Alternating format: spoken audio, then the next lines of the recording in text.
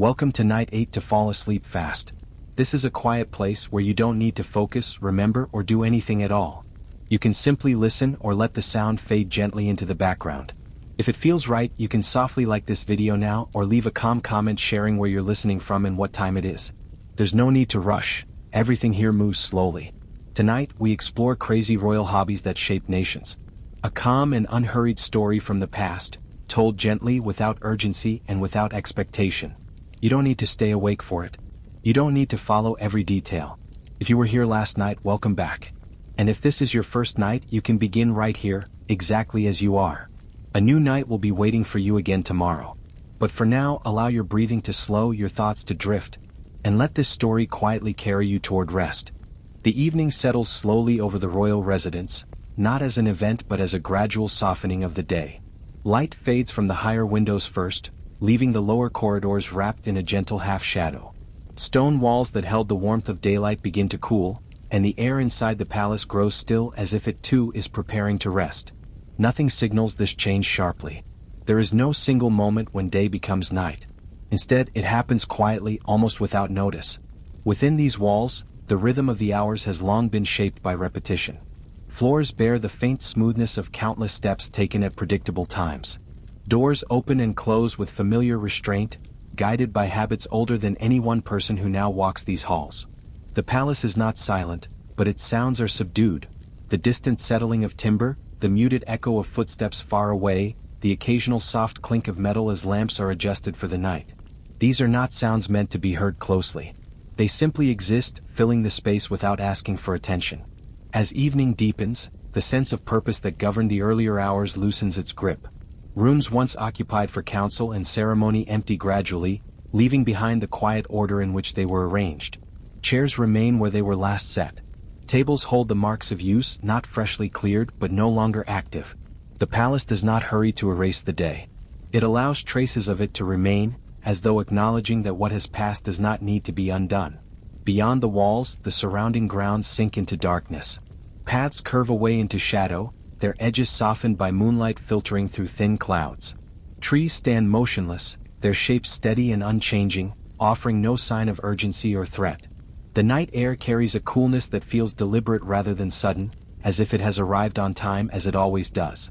Even the stars, faint and scattered above, seem content to remain distant, present without insistence. Inside, the palace begins to feel less like a place of rule and more like a place of shelter. The scale of the rooms does not shrink, but their meaning shifts. Grand halls become expanses of quiet floor and high ceiling, impressive yet inactive. Smaller chambers take on a gentler importance, holding the kind of stillness that invites pause rather than performance.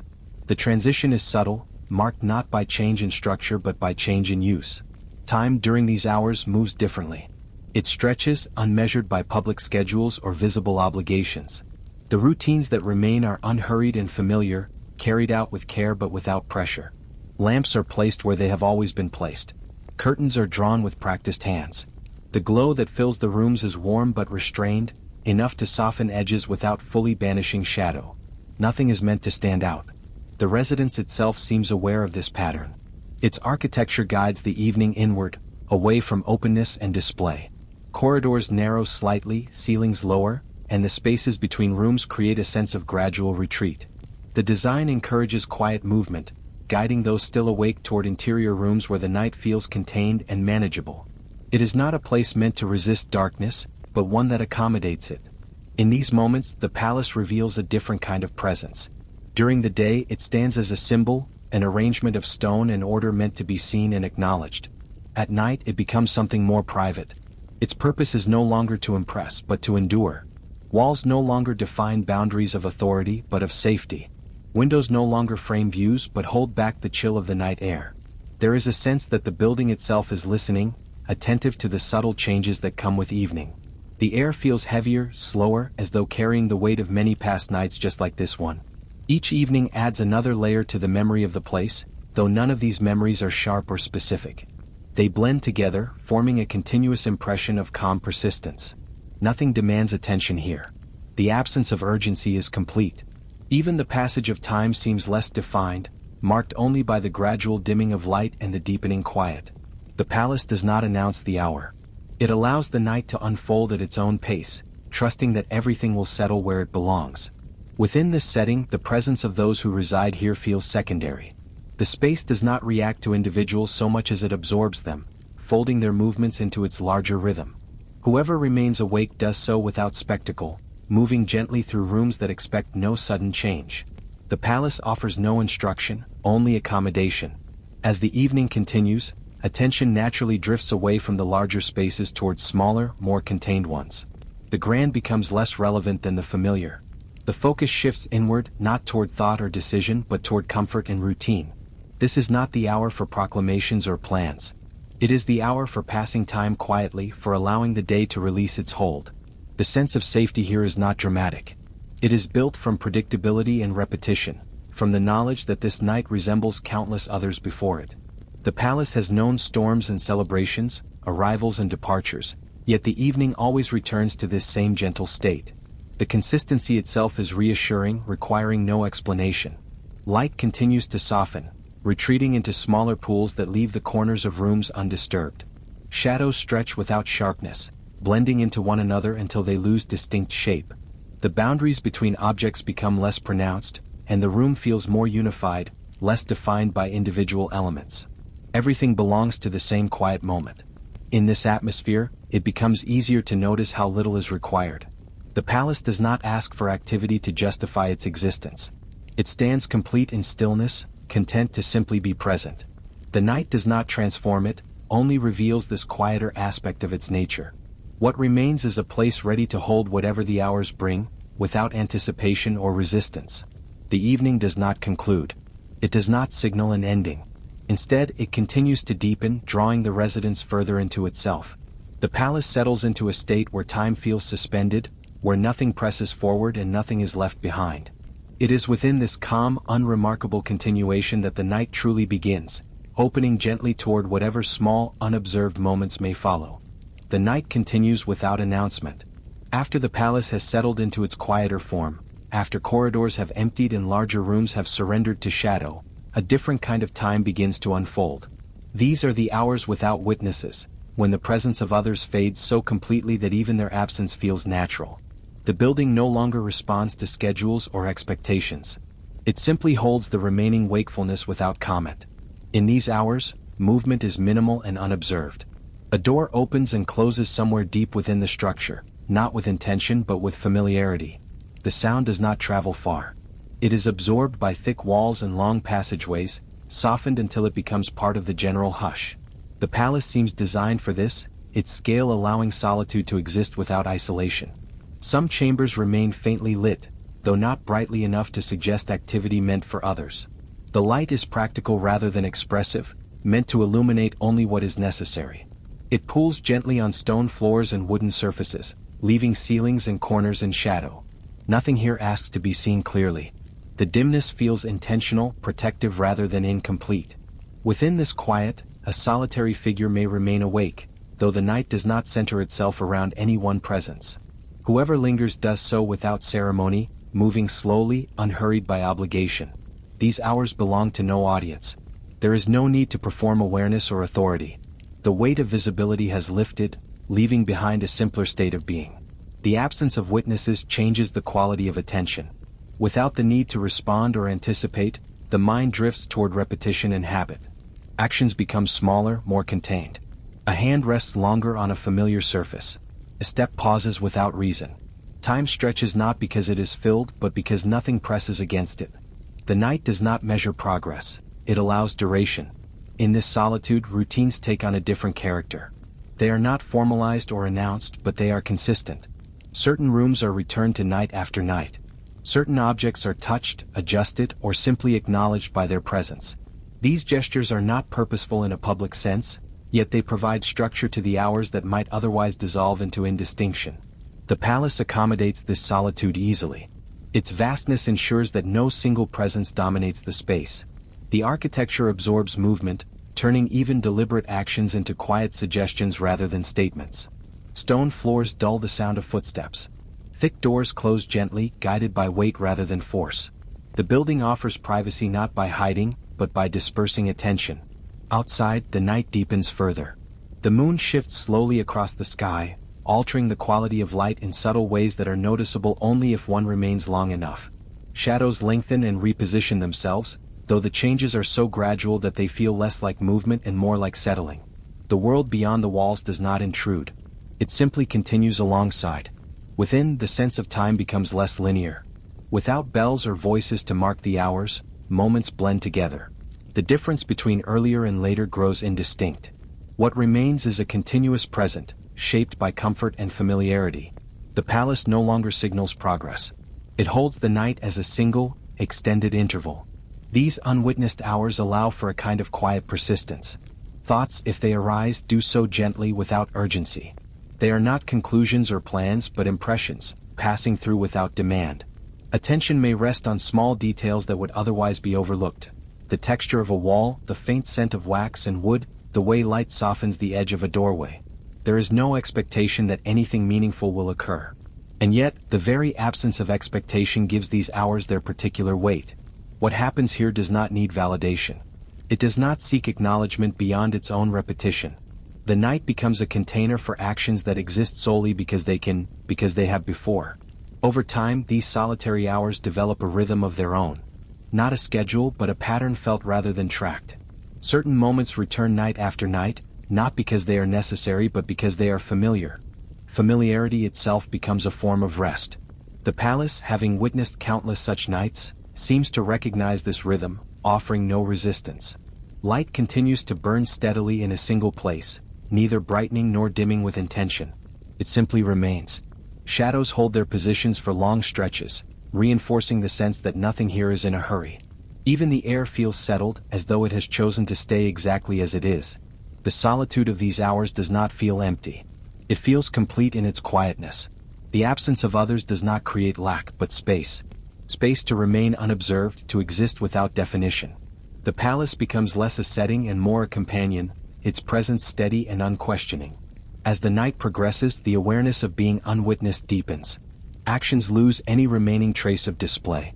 What remains are gestures performed for their own sake, or perhaps for no reason at all. The distinction no longer matters. The night accepts everything equally without emphasis or record. These hours do not lead toward resolution. They do not build toward morning. They simply continue, unfolding gently, one moment indistinguishable from the next. The palace remains awake in its own way, holding the quiet without comment, allowing the solitude to settle further, preparing the ground for whatever small, private rhythms might naturally emerge from such sustained stillness. The solitude of the unwitnessed hours invites gentle occupation, small gestures that occupy neither mind nor body too forcefully. Within the quiet chambers, delicate hands reach for objects that have long remained in place, familiar companions in moments when no one else observes. Papers, tools, and carefully arranged instruments are touched with a reverence that is quiet rather than ceremonious. They are not meant to impress, only to accompany the night, filling the hours with presence rather than purpose. Each movement is slow, deliberate, and measured. A hand smooths the surface of a desk, straightening a parchment that has been left waiting. A small box of ink is lifted and placed precisely where it belongs, not out of necessity but in acknowledgement of its existence. The motions do not disturb the stillness. Instead, they blend into it, becoming an almost invisible part of the overall calm. The act itself matters more than its result, the rhythm more than the product. The chambers, once grand and formal, take on a softer character under these small routines. Tables, once used for council or feasts, are now host to delicate arrangements of objects. Candles flicker, their light casting gentle patterns across the surfaces, illuminating the textures of leather, wood, and parchment. The glow is restrained, enough to reveal but not enough to dominate. Shadows dance lightly, enhancing rather than interrupting the sense of quiet continuity. Objects themselves seem to respond to the attention they receive. A quill rests more readily in its holder. Scrolls unfold with ease and settle back into their grooves. Each element is touched not for utility, but for connection. There is a subtle dialogue between hand and object, a repetition learned over time and preserved without instruction. These small interactions carry the weight of habit, and habit brings comfort in the darkness. The palace accommodates these acts with grace. Wide windows allow the moonlight to trace patterns across the floor, highlighting areas of activity while leaving surrounding corners in muted shadow. Carpets soften the sound of movement, and floorboards, though slightly uneven with age, do not betray every step. Even the air, cooled by the night, seems to cushion the motions, holding them in a quiet balance between attention and ease. Sometimes the practice takes the form of arranging or organizing. Small items are lined up, stacked, or grouped according to a pattern known only to the one performing it. The shapes and positions are chosen quietly, without haste or reflection. There is a pleasure in this repetition, a silent recognition of order restored. And yet, it is not perfection that is sought, only the satisfaction of engagement in a measured, unhurried way. Other times, the activity is more reflective, contemplative without words. A hand traces the spine of a book, opens a volume and allows the eye to rest on the pages. Thoughts drift along with the familiar shapes of letters and images, unforced and unmeasured. The mind is not tasked with understanding or judging. It moves gently, almost in tandem with the rhythm of the flickering candle, flowing through the night in quiet companionship with the objects it touches. The presence of these hobbies subtly shapes the space itself. A corner once empty gains a small table, arranged with personal items that speak only to the one who tends them. Shelves once purely decorative now hold curiosities, collected over months or years, positioned with care and recognition. The palace is becoming a landscape of habits, each small interaction leaving a trace in the form of arrangement, impression, or softened shadow. Light plays across these objects with careful generosity. Candle flames tilt and sway, brushing walls and ceilings with warmth, highlighting textures of wood, metal, and paper. Moonlight filters in through tall windows, cooling in unexpected places and catching the edges of familiar shapes. There is no urgency in the illumination. It exists merely to reveal what is already present, to support quiet observation rather than to announce it. Even the air participates in this understated choreography. Slight movements of a curtain or the faint draft from a partially open window bring subtle changes to temperature and scent. The smell of wax and parchment mingles with the coolness of night, creating a sensory pattern that is neither intrusive nor sharp. It is the background upon which these small rituals unfold, constant and undemanding. Time continues to stretch and bend in these hours. No bell marks the passing of the night, no announcement signals change. A half hour might seem like an hour like a whisper. The repetition of minor tasks contributes to a sense of continuity, connecting one moment to the next without drawing attention to its sequence. Each gesture, however small, becomes a link in an invisible chain, forming a lattice of quiet activity within the palace walls. The movements of the solitary occupant do not disturb the stillness but enrich it. The sound of paper rustling, a drawer opening, or a small tool being set down melds seamlessly with the ambient hush. These are the small rhythms that the night encourages, unspoken and unobserved, yet profoundly present. They occupy space without pressing upon it, provide texture without demand. Inhabitants of these chambers are aware, if only faintly, of the passage of hours. Attention drifts from one task to another with minimal focus, and the mind floats alongside hands performing familiar motions. There is a satisfaction in continuity, in the quiet acknowledgement that these small acts maintain a connection to the world of the day while embracing the stillness of the night. Each interaction with the objects, no matter how brief, reinforces a sense of place and belonging. The palace itself seems to participate in this quiet collaboration. Its walls absorb movement without comment, its floors support it without sound, and the shadows accept it without interference. Even the ceilings and distant corridors seem to observe without judgment, allowing the night to unfold naturally, uninterrupted by expectation.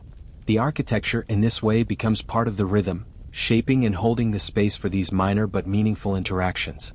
This period of personal engagement is neither urgent nor fleeting. It exists for the sake of continuity and presence, a gentle marking of time that does not disturb the overall calm. The activities are small enough to remain unobtrusive, yet deliberate enough to create a subtle imprint on the environment. The palace absorbs these marks without reaction, offering a stage of constant quietude upon which small gestures may repeat across hours. As the night continues, there is a sense that these hobbies serve as quiet companions. They are objects, motions, and routines that offer the solitary occupant a gentle structure. They do not demand response or recognition. They exist simply, persistently, and softly, giving form to the hours without altering the pervasive calm. Time is filled with subtle action, yet remains entirely unpressured, allowing both palace and individual to inhabit the night fully without expectation or strain. The hours of personal attention leave quiet marks upon the chambers they inhabit. Objects, once arranged for convenience or habit, begin to carry traces of interaction. subtle signs of recent use that do not demand observation but merely exist. A desk retains the faint impression of a hand resting briefly upon its surface. Scrolls are shifted slightly, pages curling at the edges as though breathing in rhythm with the room. Even the simplest items, an ink pot, a small carved figure, a brush of wood, bear witness to the passage of attentive fingers without speaking aloud. The light within the room seems to acknowledge these traces, highlighting them in the soft glow of candle and moonlight. Shadows fall differently across a table where objects have been moved, creating gentle contrast that the eye may notice only if it lingers without hurry. A faint warmth radiates from a lamp, touching nearby surfaces with a subtle presence, as if the space itself remembers the moments that have passed quietly within it. Dust, undisturbed in other corners, rises in gentle currents around these objects, catching the illumination and softening the edges of everything it touches. The effect is a slow, drifting awareness of action, rather than an announcement of activity. Even the air carries the faint scent of wax and parchment, mingled with the cool trace of night, a sensory signature of the small, repeated gestures that have occurred. Each breath within the room carries these remnants, unnoticed yet integral to the character of the space. The palace, with its vast interiors, allows these traces to accumulate without intrusion. There is room enough for the gentle disorder of personal engagement to exist alongside the stillness of the night. Objects maintain their individuality even as they become part of a larger, unhurried rhythm. The presence of a slightly shifted chair or a marginally open book does not demand attention. It simply becomes a note in the quiet symphony of the hours. Light continues to play across these subtle imprints, moving slowly as the night progresses. Candles flicker, tilting their warmth over desks and shelves, touching surfaces briefly before retreating again. Moonlight shifts imperceptibly across floors and walls, brushing against objects and revealing details that may never be revisited. The combination of natural and artificial illumination forms an unspoken dialogue with the material world, gentle and continuous, yet precise in its observation of the space. Footsteps, when they occur, move around these traces with care. The residents of the palace, conscious or unconsciously, navigate the environment in a way that acknowledges the quiet evidence of presence. A hand brushing over a shelf avoids dislodging a small item. A step across the room is softened by the weight of awareness. Movement is less about completion and more about rhythm, about inhabiting the night without altering its fundamental calm. Time in these chambers is elastic, marked not by clocks or signals but by the accumulation of small effects. Each gesture leaves an echo, not in sound but in arrangement. A book left slightly askew, a quill resting at an angle, a wax seal catching the candlelight differently than before. These become the gentle markers of passing moments. The night does not demand that they be noticed. It simply allows them to exist quietly, patiently, and indefinitely. The walls, high and steady, seem to absorb and hold these traces without change. Paintings, tapestries, and carved surfaces accept the subtle alterations without protest, as if aware that they are part of a temporal layer that unfolds with patience. Even empty spaces participate, framing the objects and their minor adjustments within a larger sense of continuity. The palace itself becomes an archive of small, unobserved gestures. Sounds in these spaces are minimal, yet the quiet echoes subtly, reinforcing the sense of persistence. The faint rustle of a paper, the light tap of wood against stone, the almost inaudible settling of dust disturbed by a passing hand, all of these contribute to the perception that something has occurred here, though nothing interrupts the prevailing hush. The environment is active without noise, alive without urgency. The effect of these traces is cumulative. As more objects are handled, more pages turned, more small motions completed, the palace grows increasingly intimate. It becomes less of a formal residence and more of a lived-in presence, one that has absorbed countless minor routines without calling attention to any of them. The history of the evening is held in the texture of surfaces, the arrangement of furniture, the warmth and coolness of particular corners. Subtle repetition reinforces this presence. The items most frequently used show faint signs of engagement. A desk polished unevenly by repeated hands, a shelf slightly dusted in patches, a brush lightly worn at the tip. Nothing here signals haste or purpose beyond its existence. The traces are quiet companions, reminding the night that activity does not require audience, and that solitude can leave its own gentle imprint. Even as the hours continue to pass, these marks remain. They are not fixed, they shift imperceptibly with the next interaction. A book that once rested on its side now lies open, inviting touch, though it is not a call to action. A lamp moved slightly cast shadows in a new pattern, subtly altering the perception of the room without any change in its essence. Each small adjustment folds naturally into the ongoing rhythm of the night. The scent of wax, paper, and wood mingles with cooler currents of the palace, drifting lazily through corridors and adjacent rooms. These subtle odors, present yet unobtrusive, form an invisible layer of memory. The air itself carries the residue of attention, gently guiding any who remain awake to notice, if only faintly, that the space is being inhabited without disturbance. Even the smallest, simplest items contribute to this quiet tapestry. A feather lightly brushed across parchment, a small carved figurine repositioned on a shelf, the subtle indentation of a hand on a leather cover, all combine to suggest the ongoing, measured presence of human attention. The night accommodates these additions, holding them in place as naturally as it holds shadows or the soft tilt of light through a window. From the perspective of the building itself, these traces do not intrude. They are absorbed, softened, and held, becoming part of the environment's ongoing expression. The palace does not judge or notice, it simply incorporates. The result is a gentle layering of time and attention, imperceptible in its complexity yet tangible in its effect. The night deepens without interruption, allowing these minor histories to accumulate like whispered echoes, blending into a continuous, calm presence. As the night deepens, the traces left behind by previous activity begin to shape a new kind of rhythm. Repetition unfolds gently, unnoticed except by the space itself.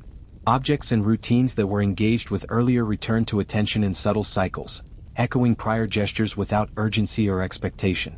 A quill may be lifted once more, its point tracing a familiar motion in the soft glow of candlelight. Papers are turned, smoothed, or shifted again, as if the night demands only the acknowledgement of continuity rather than novelty.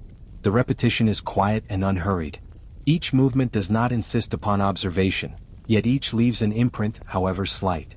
Candles tilt slightly in their holders, casting familiar patterns of shadow that are repeated yet never identical. The moonlight outside creeps across floors in a slow arc, touching previously unseen details, highlighting small changes in arrangement, and emphasizing the gentle passage of hours. There is no hurry in the cycle, no sense that time presses forward. Each repetition exists in its own unmeasured span. With each iteration, the space takes on a softer quality. Furniture, objects, and materials gain a history of touch that is subtle yet persistent. The smoothness of a desk bears the faint outline of many hands. A book, opened again and again, develops curves in its pages and gentle creases at its corners.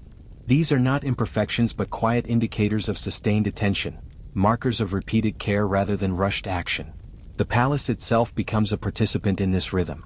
Its architecture allows the repeated gestures to exist without disruption, absorbing motion into its vast interiors.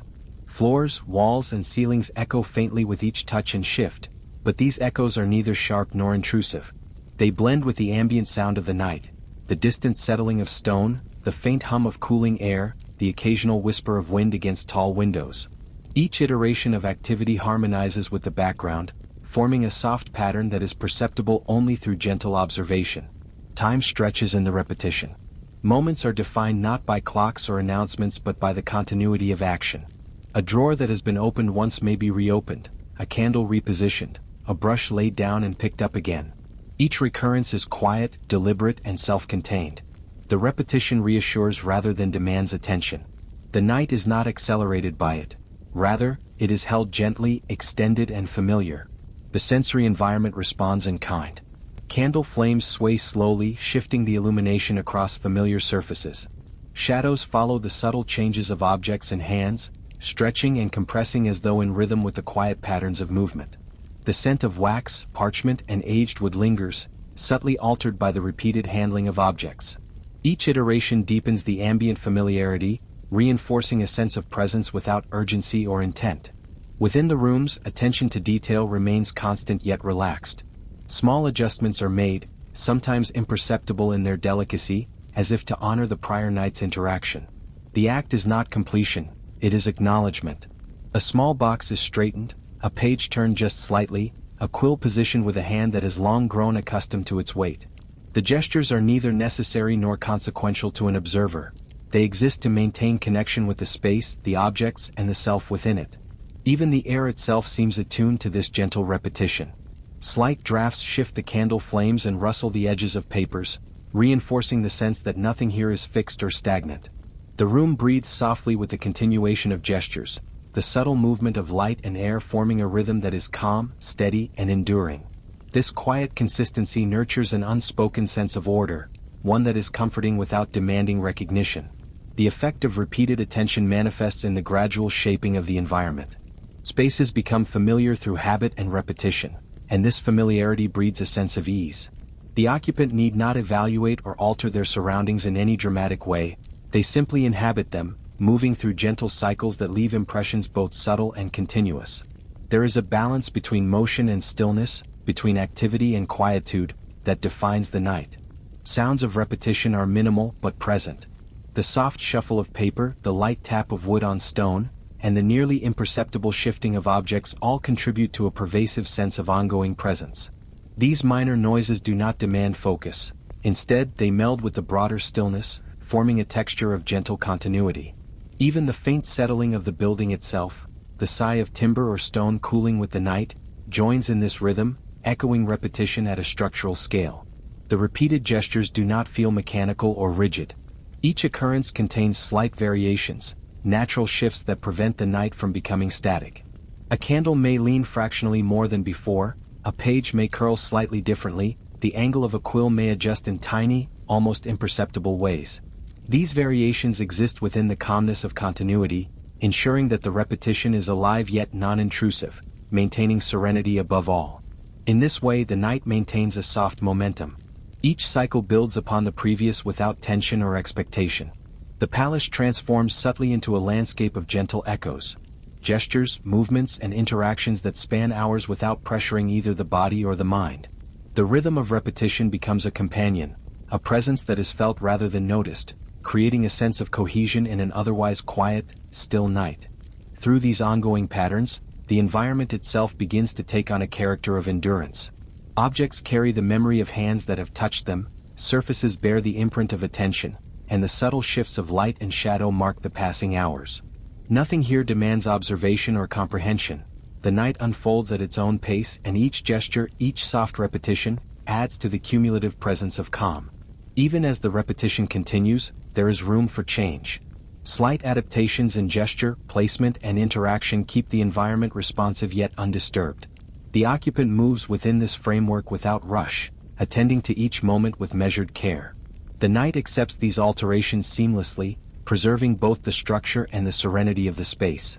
By inhabiting this slow pattern of recurrence, the palace and its small, attentive movements are drawn into a deeper unity. The night is neither empty nor overwhelming. It is an extended moment of gentle persistence, where repetition functions as a quiet companion, linking gestures, objects, and spaces into a soft, continuous rhythm. Time, motion, and presence coexist without pressure or urgency, held together by the gentle consistency of repeated attention. As the repeated gestures unfold, the room seems to become more attentive to the night itself, taking in the subtle nuances of illumination. Candle flames, small and steady, emit a warmth that is more than mere light. They spill over surfaces gently, brushing tables, books, and instruments with a soft, golden haze. The glow does not dominate the surroundings. Instead, it hums quietly, drawing attention to textures that might otherwise remain unnoticed. Shadows elongate and contract with imperceptible movements, blending into the edges of walls and ceilings, forming a delicate interplay of presence and absence. Moonlight, too, participates in this quiet choreography. It enters through tall windows, slipping across the floor in slow, pale arcs. The light highlights the gentle contours of furniture and the subtle irregularities of stone and wood. Each surface becomes a canvas for its passage, reflecting and softening in ways that are constantly changing yet entirely calm. The night seems to breathe in this light, holding it with care, allowing it to accentuate the spaces that have already been shaped by small gestures. Objects absorb the illumination in varied manners. Leather-bound books catch the light on edges of their covers, metallic inkwells gleam faintly, and polished wood reflects warmth back into the air. Nothing shines too brightly or abruptly, everything participates in the quiet rhythm of the environment. The room, touched by both candle and moon, becomes a space where vision itself is gentle, guiding observation without urgency or insistence. Shadows themselves take on a fluid presence. They stretch slowly across walls, pooling near corners, or moving along floors as if in silent alignment with the patterns of attention. A slight flicker of a candle sends a soft ripple through these shadows, a wave that neither startles nor demands recognition. The moonlight, in turn, shifts with the slow progress of the night, tracing arcs across the architecture that are neither precise nor hurried. Light and shadow form a dance that is continuous yet calm, as though the night itself were aware of the rhythms of the solitary occupant. The air seems subtly affected by the presence of illumination. Warmth rises gently from candles, merging with cooler drafts that drift through high windows. This temperature gradient is imperceptible in its abruptness, felt only as a gradual comfort. Alongside the play of light, it creates a quiet layering of sensation, a combination of sight, touch, and atmosphere that deepens the sense of presence without drawing attention. The environment itself is participatory, blending physical reality with perceptual awareness. Reflections multiply softly in unexpected places. Polished surfaces catch the faint light and return it at angles that create subtle highlights elsewhere in the room. A small inkwell may project a glimmer onto the nearby wall, or a curved piece of metal may cast a moving sliver of brightness across the floor. These incidental reflections contribute to the perception that the night is alive, attentive, and responsive, but in a manner that is slow, deliberate, and utterly gentle. Even where illumination is weakest, the room retains a sense of character. Dimly lit corners are not empty or forgotten. They are part of the overarching serenity, providing counterpoints to brighter surfaces. The contrast is never sharp, never startling. Instead, the interplay of lighter and darker spaces cultivates a visual cadence that mirrors the rhythm of repeated gestures and routines. Each area, whether brightened or shadowed, seems to possess its own narrative of quiet endurance. The subtle light encourages careful movement. A hand raised to touch a book or adjust a candle must do so with mindfulness, responding to the cues of reflection and shadow. Feet tread softly across stone floors, aware that surfaces are now highlighted in shifting patterns. Motion and illumination converge in a silent collaboration, ensuring that attention is measured, deliberate, and unhurried. Even the slightest displacement is absorbed and integrated into the ongoing calm. Textures respond to this gentle play of illumination. The surface of polished wood, the rough edge of a parchment, the soft curve of fabric on a chair, all are revealed gradually, their details emerging and receding with the passage of light. Each surface has its own way of reflecting and absorbing, contributing to the overall sensation that the space is both constant and alive. Observing these subtleties is calming, a quiet study of the interplay between matter and the ephemeral glow that illuminates it. The palace itself participates in this light. Stone walls, carved moldings, and tapestries respond with a measured stillness, their presence accentuated but never overwhelmed. The high ceilings and broad hallways capture both moonlight and candlelight, distributing them in soft, complex patterns. Every feature of the structure, every decorative element, becomes a quiet partner in this nocturnal symphony, lending a sense of continuity and weightlessness to the night. Even minor changes in illumination are noticed, though subtly. A candle burns slightly lower, shifting the angle of light. Moonlight moves imperceptibly with the progression of hours. Reflections alter the perception of familiar objects. All these changes occur without urgency, creating a slow visual rhythm that mirrors the repetition of gestures and routines. Nothing demands immediate notice. Everything exists in a gentle continuum. The interplay of light and shadow fosters a sense of temporal fluidity. Without bells or the intrusion of artificial markers of time, these subtle changes guide perception. The day feels fully behind the palace, and the night is neither beginning nor ending. There is only the quiet, continuous presence of illumination, enhancing awareness without requiring it. Time and light coexist as silent companions, shaping the room in ways that are perceptible yet not pressing. Softly, the occupant moves through these illuminated spaces. Gestures remain deliberate yet relaxed, informed by both memory and immediate perception of light. Actions are not rushed, nor is there any attempt to alter or correct the environment beyond what feels naturally aligned. Each movement resonates with the gentle ambience, reinforcing the impression that the night itself is a living partner in the ongoing calm. Sounds of shifting, touching, or settling occur alongside the light. The soft creak of wood, the faint brushing of fingertips across paper, the gentle swish of fabric, all are harmonized by the visual consistency of illumination. Light guides, shadows reassure, and the overall effect is a seamless integration of sight, touch, and movement. The night becomes an immersive, multi-sensory presence, without urgency or insistence. The subtle light encourages both attentiveness and relaxation. Observation is calm and optional. movement is deliberate yet unpressured. The palace, now filled with traces of repeated gestures and the ongoing glow of candle and moon, embodies a nocturnal environment where all activity is gentle, continuous, and soothing. The rhythm of light, paired with prior repetitions, fosters an atmosphere that is patient, meditative, and quietly persistent.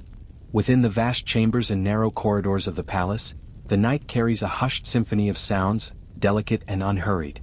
Footsteps fall lightly, softened by thick rugs or the uneven surface of worn stone floors. Each step echoes faintly, stretching through long hallways before fading into the stillness beyond. There is no urgency to the movement. It drifts with a patient, measured pace, as though the building itself guides the inhabitant along gentle pathways, ensuring that all motion remains calm and considered. The corridors whisper in response to the touch of activity. Floorboards creak in a slow, rhythmic cadence, an unintentional accompaniment to the quiet gestures taking place in adjoining rooms.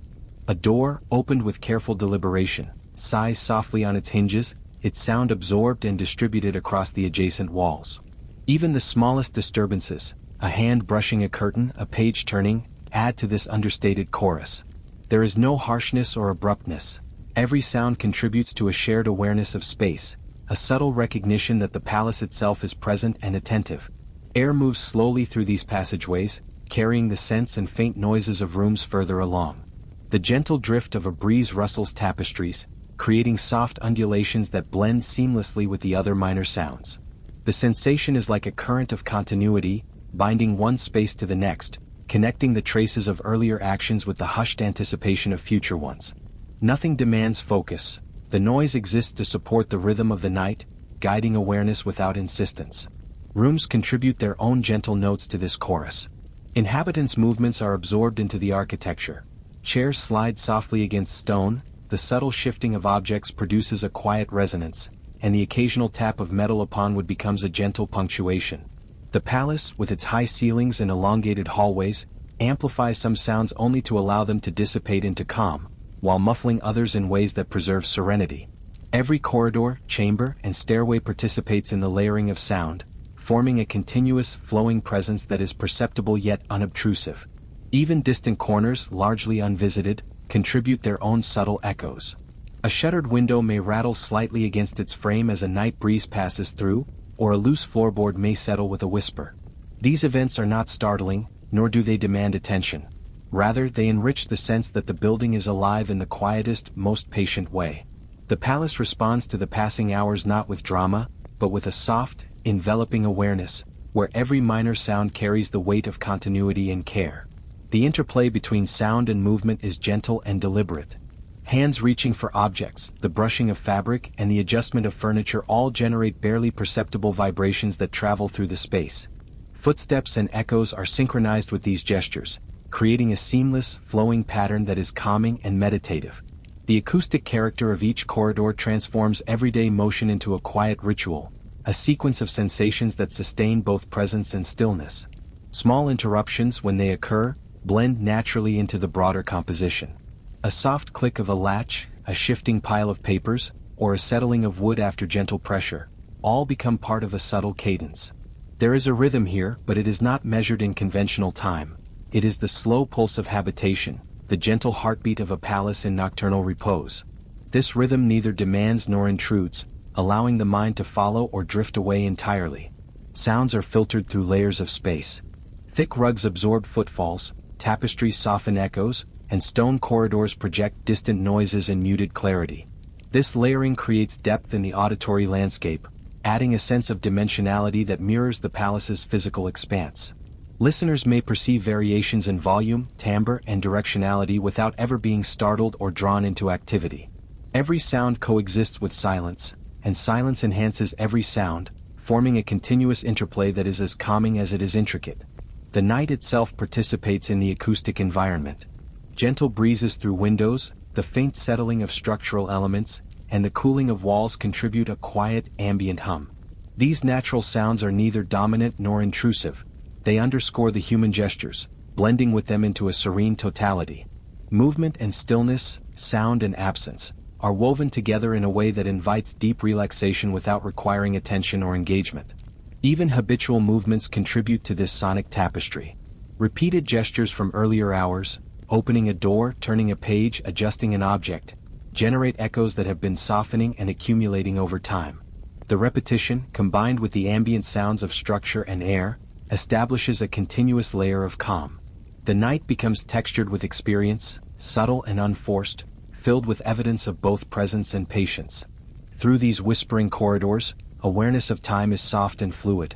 The day's responsibilities, distant and irrelevant, feel removed as the palace's quiet chorus occupies attention without pressure. Every sound is a gentle marker of passage, connecting spaces and moments with a quiet insistence on continuity, rather than urgency. The listener feels the stretch of hours without being required to mark them, carried along in the soft resonance of the environment. Movement remains graceful and unhurried. Steps fall lightly, gestures are deliberate yet relaxed, and even the occasional adjusting of a chair or object does not disturb the serenity of the space. The palace accommodates every sound, every motion, folding them into the collective hush of the night. The corridors act as channels for the flow of life and attention, maintaining calm while allowing subtle expressions of habitation. In this way, the palace's auditory character evolves alongside the visual and tactile elements observed earlier. Repetition, light, and sound merge into a cohesive presence. The corridors carry the faint traces of what has passed, gently reminding the listener that the night is alive, quiet, and continuously unfolding. There is a sense of rhythm without insistence, of continuity without urgency, of presence without distraction. The long corridors and softly illuminated chambers seem to cradle every object within them as night deepens. Furniture, instruments, and scattered papers occupy their usual places, yet they begin to fade gently into the surrounding shadows, their presence still felt but less insistent. The edges of a table or the corners of a book blur into the low light, and details that were once clear, polished surfaces, fine engravings, the subtle texture of leather or fabric, soften and become less defined. This gradual fading does not diminish the objects, it merely eases them into a quieter existence, allowing them to coexist with the stillness of the night. Each item seems to carry its own gentle echo, a memory of its previous attention. A quill that had traced repeated lines of ink now rests lightly in its holder, its shape softened by shadows. A candle holder glows faintly, its details merging with the warmth of surrounding surfaces. Even the smallest artifacts, a paperweight, a pair of spectacles, the corner of a folded letter, become muted in focus, their prominence waning as if the night itself encourages them to relax and rest. The fading is neither abrupt nor melancholic. It is a natural attenuation, a softening of form that blends with the rhythm of hours and movement that has quietly passed through these spaces.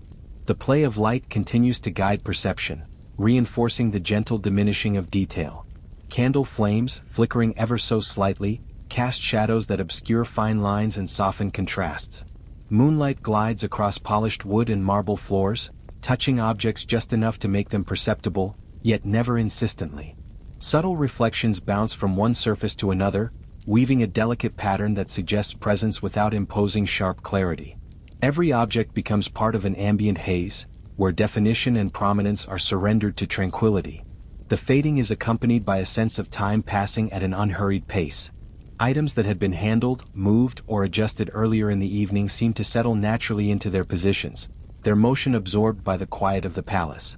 The tactile history of each object, the slight dents, the smoothened edges, the faint imprints of repeated attention, is preserved, yet it no longer draws the eye insistently. Observation can remain gentle, passive, allowing the mind to drift as the body senses the gradual quieting of the environment. This process of attenuation is mirrored in the surrounding space. Floors, walls, and ceilings contribute to the soft dissolution of visual sharpness, their textures merging with the objects they contain. Carpets, draped fabrics, and aged tapestries absorb light and shadow, smoothing transitions between surfaces. Even architectural details, the curve of a molding, the indentation of a niche, the pattern of a decorative panel, lose some of their crispness under the mingling of candlelight and moonlight, participating in the night's pervasive calm. Sound, too, complements the fading of form. The echoes of movement, previously distinct, blend gradually with ambient tones. Footsteps, once sharp, have softened in resonance, and the gentle settling of materials, papers shifting, wood contracting, creates a low, persistent hum. These auditory textures reinforce the visual diminution, forming a coherent tapestry of attenuation in which the eye and ear are both invited to rest. The palace becomes a space where observation is optional, where perception is quieted without being stilled entirely. As objects fade, so does the sense of immediacy. The details of inked letters, the intricate carvings on wood, and the delicate filigree of metalwork all retreat into a softer existence. They remain present, tangible, yet unassertive, allowing the mind to focus less on their specificity and more on the ambient atmosphere. The night seems to have a gentle authority, coaxing each artifact into its diminished prominence, encouraging a serene balance between attention and detachment. Even habitual spaces, the desks, shelves, and alcoves that have been the site of repeated activity, undergo this quiet transformation. They retain the form and structure necessary for recognition, but their textures and edges are subdued, as if the night itself has wrapped them in a thin veil of gentle haze. Movement through these spaces feels unhurried, the familiar landmarks of the palace providing comfort without demanding inspection. In this softened environment, the body and mind are free to relax, unpressured by visual or tactile precision. The fading is not uniform. Some objects remain slightly more distinct, holding onto a trace of focus, while others dissolve almost entirely into shadow. This variation creates a sense of depth and layering, a visual gradient that mirrors the soft undulations of sound and light that permeate the space. The eye moves effortlessly across these subtle planes, able to linger without strain or expectation. There is a harmony in this uneven attenuation, a rhythm that aligns with the natural pace of quiet observation. The night seems to extend through this interplay of fading forms, light, and shadow. Time is felt more than it is measured, and presence is experienced more than it is recorded. Every object participates in a shared retreat, easing into a state of calm alongside the occupant and the building itself. The visual and tactile environment becomes a gentle framework for relaxation, a landscape in which rest can be approached gradually, without abruptness or urgency. Even minor reflections and glimmers are subdued. Polished surfaces return only hints of candlelight or moonlight, reinforcing the overall sense of softened detail. Shadows stretch across floors and walls in long, continuous forms, linking one object to the next and creating a cohesive, serene visual experience. The atmosphere feels continuous, uninterrupted, as if each artifact is both individual and inseparable from the ambient serenity of the night. The fading of objects supports a gentle awareness of the passage of hours. It is not a marking of time in the conventional sense, but rather a soft attunement to the environment. Minute changes, the settling of materials, the shifting of shadows, the subtle movement of light, become indicators of ongoing continuity. Observation is optional. The mind may drift freely while still sensing the slow, deliberate quiet of the palace. All elements of the space, light, shadow, sound, and object, merge into an integrated nocturnal presence. The fading of form, gentle attenuation of detail, and softening of textures create an environment that is at once familiar and distant, comforting and meditative. The night is fully alive in its serenity, providing a gentle embrace to the mind, body, and senses, guiding awareness toward rest without pressure or insistence. As the night progresses, the final gestures of the palace's routine unfold with a measured, deliberate slowness. Hands reach for books, smoothing their covers and returning them to shelves with a care that respects the quiet that now envelopes the room. A candle is gently lowered into its holder, its flame flickering for a moment before the wick softens and the glow recedes. The subtle hiss of melting wax accompanies this ritual, a gentle auditory signal of transition, of the gradual closing of the day's activity. Furniture that had been slightly shifted through the evening, chairs nudged aside, desks rearranged, returns almost imperceptibly to its habitual positions. The movement is neither rushed nor forced. It is guided by memory and awareness, a quiet choreography shaped over time and repeated nights. Objects are handled with attention that is serene and unhurried, their placement reflecting both familiarity and the passage of hours, a balance between function and repose. The light itself adapts to these final gestures. Candlelight grows fainter as wicks burn low, and moonlight continues its silent sweep across floors and walls. Shadows lengthen and merge with darker corners, and reflections on polished surfaces soften further, blurring edges and lines. The interplay of illumination and shadow enhances the sense that the environment itself is preparing for rest, that each object and space participates willingly in the gentle descent into quietude. Even sounds diminish alongside the fading light. The slight rustle of fabric, the soft thump of a book being set down, the subtle settling of floorboards, all occur with a rhythm that is slow and calming. The palace seems to breathe along with these gestures, expanding in spaces where motion ceases and contracting in corners now untouched. There is a cohesion to the environment, a seamless continuity in which every small sound is acknowledged and absorbed without urgency. The air holds a stillness that is perceptible but not heavy. Cool drafts slip through high windows, mingling with the faint warmth of fading candles, creating a balance of sensation that is both soothing and natural. The subtle mixing of temperatures mirrors the quiet transitions occurring throughout the palace. Light softens, objects fade, movement dwindles, and sound settles into silence. Each aspect of the environment participates in a layered orchestration of calm. Time itself seems to lose its rigid definition. Without the marks of active engagement or abrupt events, the hours blend gradually, measured by the slow completion of evening tasks rather than by clocks or other external cues. The repetition of rituals, the return of items, the extinguishing of flames, the quiet footsteps along corridors, establishes a rhythm that is neither hurried nor pronounced. Awareness of time becomes gentle, experienced as a fluid, uninterrupted passage. Even habitual motions, the careful folding of a cloth, the gentle brushing of dust from a surface, the adjustment of an object in a particular place, carry a meditative quality.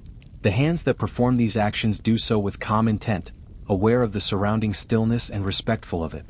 Each gesture is absorbed into the overarching quiet, reinforcing the sense of continuity, cohesion, and serenity that has been built over the night.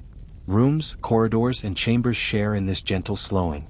Every space participates in the diminishing of activity. Doors are closed with a subtle click, windows reflect only pale moonlight, and tapestries and curtains hang undisturbed. The palace, with its high ceilings and elongated halls, becomes a repository for quiet, a place where even the faintest motions are part of the ambient rhythm harmonized with shadows, light, and sound.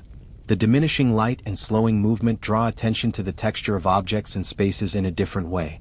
Where before a surface may have been sharply defined by illumination or handled frequently, now it is softened, its details blending into the surrounding darkness. The tactile and visual environment becomes more abstract, more meditative, and more conducive to rest. Observation is optional. The mind can drift freely while the body notes the subtleties of the space without exertion. Air currents continue their silent course, shifting slightly as doors and windows settle, as warmth and coolness balance. The ambient sounds of the palace, the faint creak of a board, the whisper of curtains, the distant echo of prior footsteps, form a layered, slow-moving tapestry. Even these auditory details lose prominence, absorbed into the background of the evening's final moments. The listener feels the totality of the night, composed of light, shadow, sound, and movement in a delicate equilibrium. There is a softness to these concluding actions. Nothing is abrupt, nothing demands correction or adjustment beyond what feels naturally aligned. Every gesture, sound, and change contributes to a pervasive sense of tranquility, an environment in which the mind may wander without tension. The rituals themselves, repeated gently over time, become a framework for relaxation, each completed motion reinforcing the presence of calm and the absence of urgency. Even as the last candle is lowered, the final book returned, and the remaining sounds diminish, there remains a gentle awareness of life within the palace. The space is neither empty nor abandoned, it carries the traces of all prior activity, now muted and harmonized. There is a quiet satisfaction in the observation of objects and movements that have served their purpose and now rest peacefully, as if participating willingly in the broader nocturnal rhythm. The slow fading of these rituals leads naturally to the enveloping stillness that will dominate the hours ahead. The palace, having attended to every object, gesture, and surface, allows the mind and body to settle alongside it. There is continuity, a sense of order without insistence, and a pervasive comfort in the knowledge that all motion and sound have been integrated into the ongoing calm. The diminishing of evening rituals also encourages a softening of attention. Eyes may linger briefly on objects or corners, but the need to observe every detail wanes. The mind drifts with the decreasing rhythm of motion, and the night itself becomes the focus rather than the individual gestures or objects. Awareness becomes more meditative, more receptive to subtle transitions, more attuned to quiet, and less tied to precise perception. Through these concluding acts, the palace transforms from a space of intermittent activity into one of almost total stillness. The familiar pathways, the objects that once demanded notice, and the light that guided each motion now recede into a harmonious background.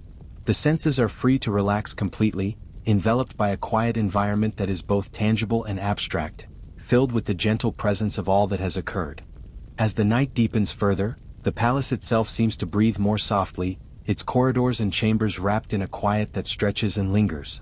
The last traces of movement dissolve into shadow, and the faint echoes of footsteps, previously tempered by care, now fade into near imperceptibility. Light, diminished to gentle moonlit glimmers and residual candle glow, caresses the surfaces of furniture, walls and objects, softening edges until everything feels as if it belongs to the same stillness. There is a delicate hum of continuity in the air, a presence that is perceptible but wholly non-intrusive, a gentle reminder of all that has passed through these spaces tonight.